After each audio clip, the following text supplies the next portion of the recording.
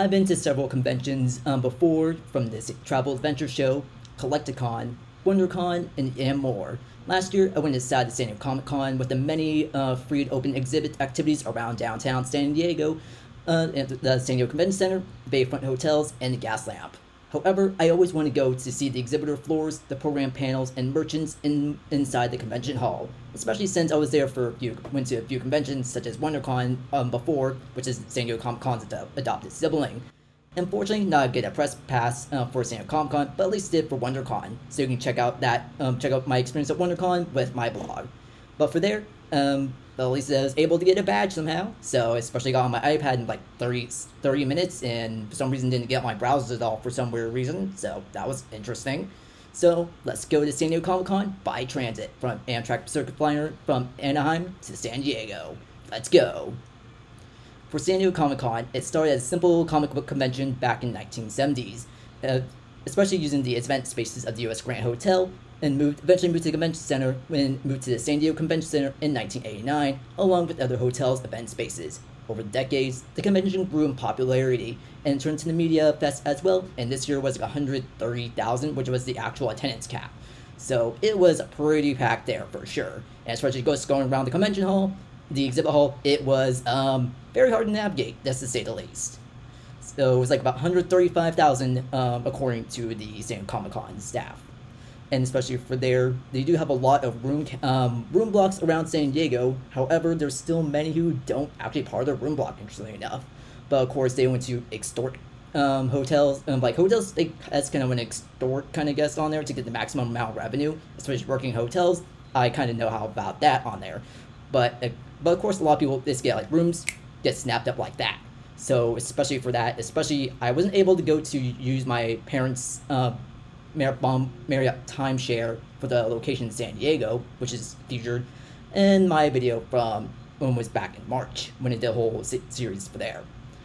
So for there, hopefully you can get to stay here in San Diego, especially with their contracting end in 2026, and hopefully you can get more room blocks, but you just never know with how some hoteliers of small hotels really want to do with things. For the San Diego Convention Center, it is one of the largest convention centers in California, at 2.6 million square feet in total of all the event spaces, and then 600,000 square feet for the main exhibit halls, which is jam-packed during San Diego Comic Con, and especially it's hard to navigate without running to someone, and then trying to maybe twist your ankle because trying to navigate around somebody. And then for WonderCon, which is at the Anaheim Convention Center, is 1.8 million square feet, with 813,000 square feet of exhibit space. However, there isn't really much space to do things outside for exhibits or anything like that, so that's the thing as well, that kind of limits there. But one of the hotels I work at is nearby Disneyland and the Convention Center, which hosts WonderCon. And as a lot of attendees, they're going to go to San Diego Comic Con. Some do, some don't. Some just going to get tickets, or someone just doesn't like the media-ness of San Diego Comic Con in general, and some just get out of Dodge for the weekend. But when you're outside of downtown, it's pretty quiet, so it depends on where you live. If you live right in the Gas Lamp, then it can get pretty busy, but otherwise, not too bad for the most part. So for the badges, is $75 per day, and then $400 for all 4 days, Thursday through Sunday, including Wednesday's preview day. Which one of the guests, I went back the next day, guests came back from San Diego Comic Con, and they were like, yeah, we were only there for literally just the preview day and the day. And it's like, what? You spent $400 for all 4 of you? That's a lot. $1,600. No, thank you. And especially on top of that, there's a $15 processing fee on top of that for each badge. Well, at least it was mailed to me, so at least I didn't have to try to get it there. One of the exhibits I was very excited for was Pokemon. However, it was pretty packed no matter what, every single time. And it says it's going to be oriented for the series Pokemon Horizons on Netflix, which is watched it for, and it was pretty good. The giveaway items were a bag and a Pikachu ears, so it depends on what works for you there. And then on July 13th was the last day for San Diego Comic Con's exclusive registration, where you need to register to shop for the booths for just Hasbro, Mattel, Jazzwares, for newest releases, and I got Mattel Creations, which I did not particularly like. I don't know. Train down, which was Amtrak Pacific Surfliner 564 from Los Angeles to San Diego, departing Anaheim at 7:49 a.m. And then from there, I went to cosplay as well. I dressed as Ray from the Pokemon Legends of Arceus video game, which the character is transported to the Pokemon world of the past by a godlike Pokemon, Arceus. And then for there, pretty much what is dressed as the uniform for the characters of the, for there is the Galaxy Corp. So for there, I'm surprised that this was actually modified on there. Didn't wear a scarf, but I did, and switch pants to shorts and didn't have like the leg guards on. But for there, people actually recognize my characters, so which I'm fairly surprised on. So I'm very happy with that. So as long as you have the main key elements that kind of identifies you as what character is supposed to be, then you can still switch out some elements on there. So on the hottest day that weekend for San Diego at like sweltering 82 degrees. So, but at least it was like cooler than it was Anaheim at 92 degrees, respectively. And I was sweating already. The scarf kept calling off anyways, and just made it just a bit warmer for me. So I took it off until we got in. I just never wore it the whole time. When it was on the platform, there was a lot of people there. And I'm like, hopefully those people are going to hopefully find a seat. And I wasn't sitting in the very last car, which the consist for the train was actually 7 cars, which the car that was in the very last car was actually added on. So the thing was like a baggage car, so it still had like some baggage room there if needed. So for there, it was still pretty packed in there, and then eventually those people, there was like 11 kids and adults eventually got to the last car that I was in, and it was pretty packed all the way down to San Diego, especially everyone who's got a room there went from like LA to San Diego, then either they got a room or just went down today like I did. And pretty much for there, the whole way it was packed, but at least the trip was fairly smooth. So for there, we passed by a whole bunch of the trains on there, including some of the Metrolink and also some of the Surfliners there as well. Especially the northbound one, got to Oceanside, saw fans going to the Dodgers game, which was actually during the day, not evening. So that's pretty cool. For there, you can go by car if you want to go to San Diego Comic-Con, but with traffic being only an hour and a half. However, it's the last few miles is part of the problem. Especially parking is very scarce, and especially some of the parking spaces can actually be raffled off by such as parking agencies such as Ace Parking, what is the best way to go in downtown? Trolley, of course. You can just go from the Balboa line to 12th Imperial via the Green Line downtown, and especially there's a paid lot of Snapdragon Stadium Station, which has plenty of parking as a giant stadium lot.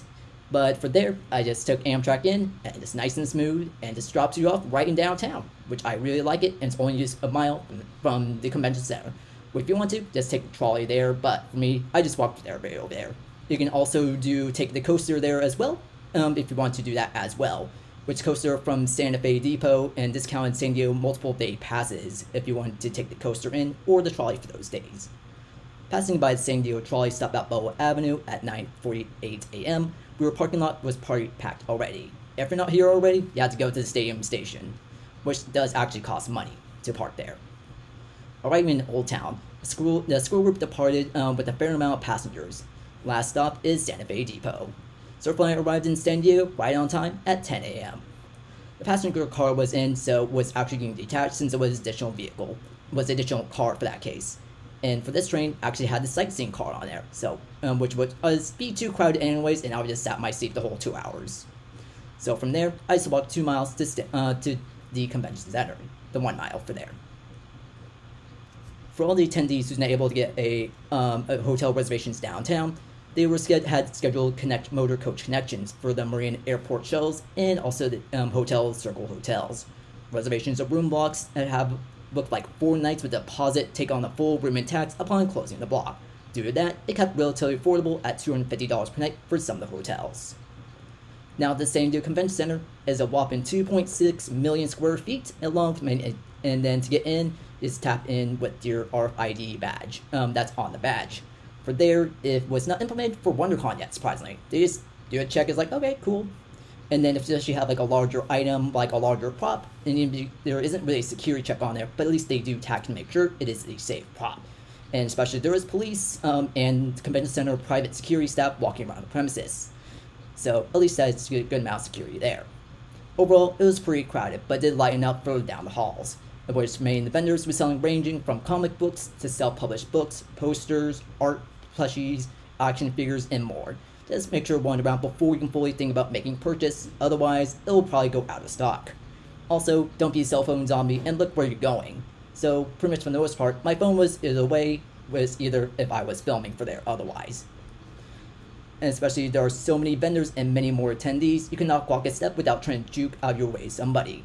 Lines for exclusives with larger vendors can be all over the place. A line can be managed by tape on the ground and a volunteer with signs saying, "End of line here," or worse, "The line is capped. Try again later." This made it hard to see and the vendors' wares from the distance. I feel like it could cause a bottleneck even think about stopping. Many of the larger exhibitors such as Pokemon, Mattel, Funko Pop, Jazzware, Hulu, and many more have huge lines for exhibit experiences, exclusive, and free promotional items. Lines can be capped with eager attendees to buy exclusives such as Jazzware's exclusive sculptures, Mattel's highly detailed Hot Wheels for $20, and Pokemon with their starter Pokemon experience, which you get a bag and Captain Pikachu ears at the end. Pretty much all three had huge lines, and they're always capped, so couldn't get in line, and I didn't have time for that. So I'm like, okay, let's get going. There was also on the other side of the spectrum where exhibitors threw free stuff at you, and so got free poster tube from Hulu Fox Animation, which has almost gotten the crowd crush. Everyone trying to get pushed forward me to get the poster tube. However, I would run to a little boy a couple feet shorter than me and had to hold people up to not crush the boy and his family in front of me. We all got the poster tube in the end, and it was an insane scene that I captured. But at least for Crunchyroll, at least for them, they got a fan and got further ads as well. So at least it wasn't too bad. Otherwise, for some other ones, for there, it kind of spread those out throughout the day. Also, there were posters for like Doctor Who, but of course they were like a full giant size posters that I cannot wield anything before I got the poster tube, which poster tube was in the latter half of the day. So I'm like, I can't carry this, so oh well.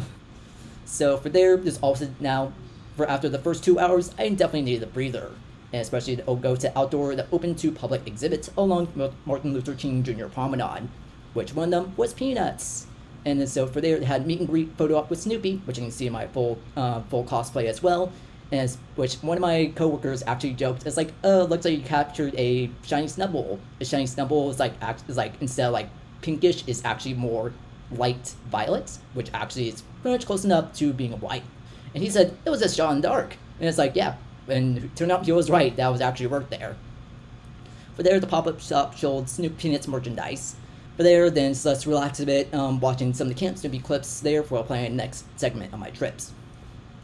For there also as well, Marvel had a Ferris wheel for their Marvel Contest of Champions, and then down Promenade there was SpongeBob SquarePants, Showtime's Dexter's Original Sin, and Gotham Ice Truck for Slush Puppy, which there's a line I'm like, that's okay. There were plenty more exhibits, however, I didn't have enough time to go there around MLK Promenade and the Gaslamp District to see everything there. Because keep in mind, I only have 9 hours, so I can only do so much really.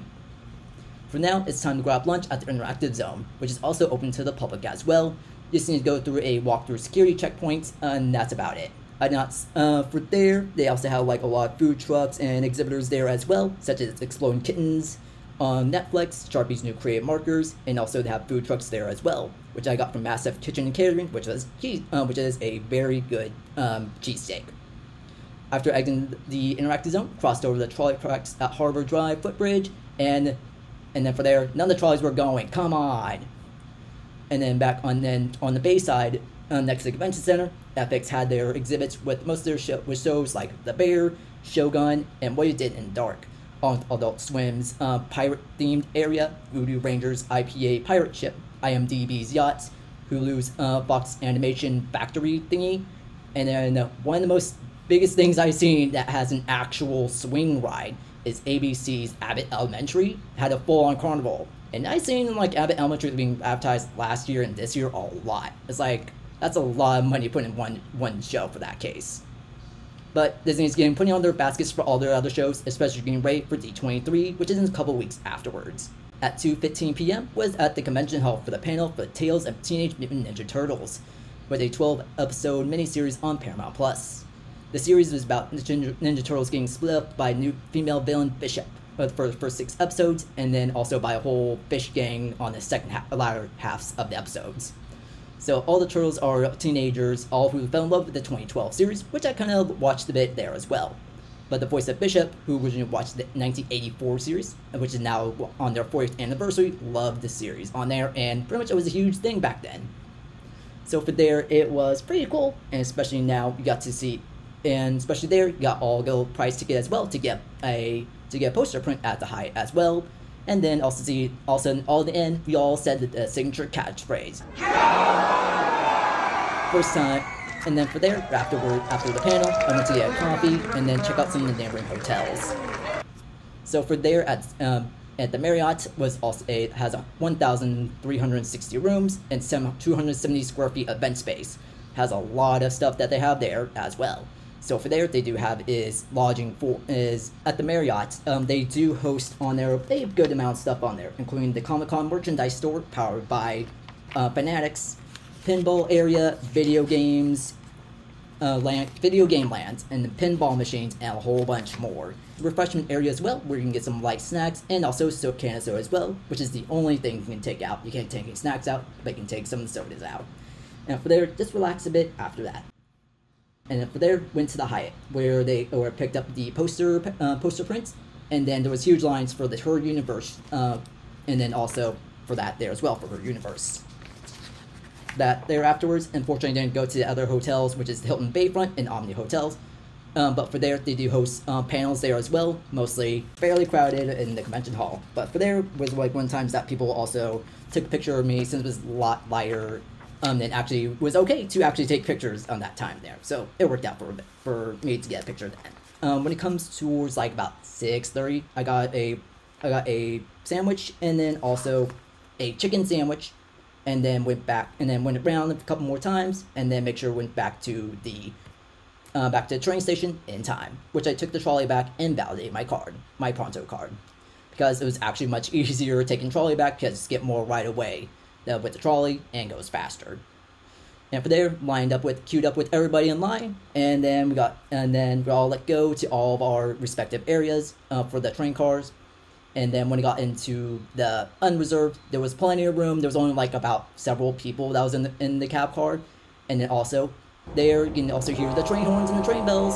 So let's go, and because that's probably the reason why not a lot of people here otherwise, especially if we're going north with the cab car. But for me, I loved it as a train enthusiast. For there, I really loved this train, specifically because you get not only the sunset, actually just sunset, and also get more time as well with 9-hour time frame. So for there, it's a nice relaxing train ride back to Anaheim, and then we got back to Anaheim, and took video of the train, and took over a minute to depart, just rolling out, even though light was green. So for there, it was an awesome time at San Diego Comic-Con for the day, and for me, if you want to go explore exhibit halls, go to a panel, and not go to the giant lines that surround all the stuff outside. So, especially with just all the people who are not actual attendees, just makes it longer and more annoying to do any stuff outside exhibits. And that's the main separation of San Diego Comic-Con between any other convention I've been to, is the outdoor exhibits. Because there's so many things, so much money that is poured into advertising all their stuff and their experiences. And I think that is pretty cool there, and that's one of the main difference between any other convention I've been to. So, and especially having a lot of the city and being involved with it makes it a huge difference as well. However, with 2026 being the last year of their contract with the Convention Center for San Diego Comic-Con, it comes in the air what will be its next phase after that. Who knows? Will they continue? Will they stay here? Will San Diego Convention build something more on top of it? I don't know. I don't think there's really anything possible besides the sales pavilion and the event spaces. But we'll have to take a look and see how things go into the future. Thank you for watching AntSol Travel. So for there, come to me next time. We're going to go to D23 later this week. Thanks for watching AntSol Travel.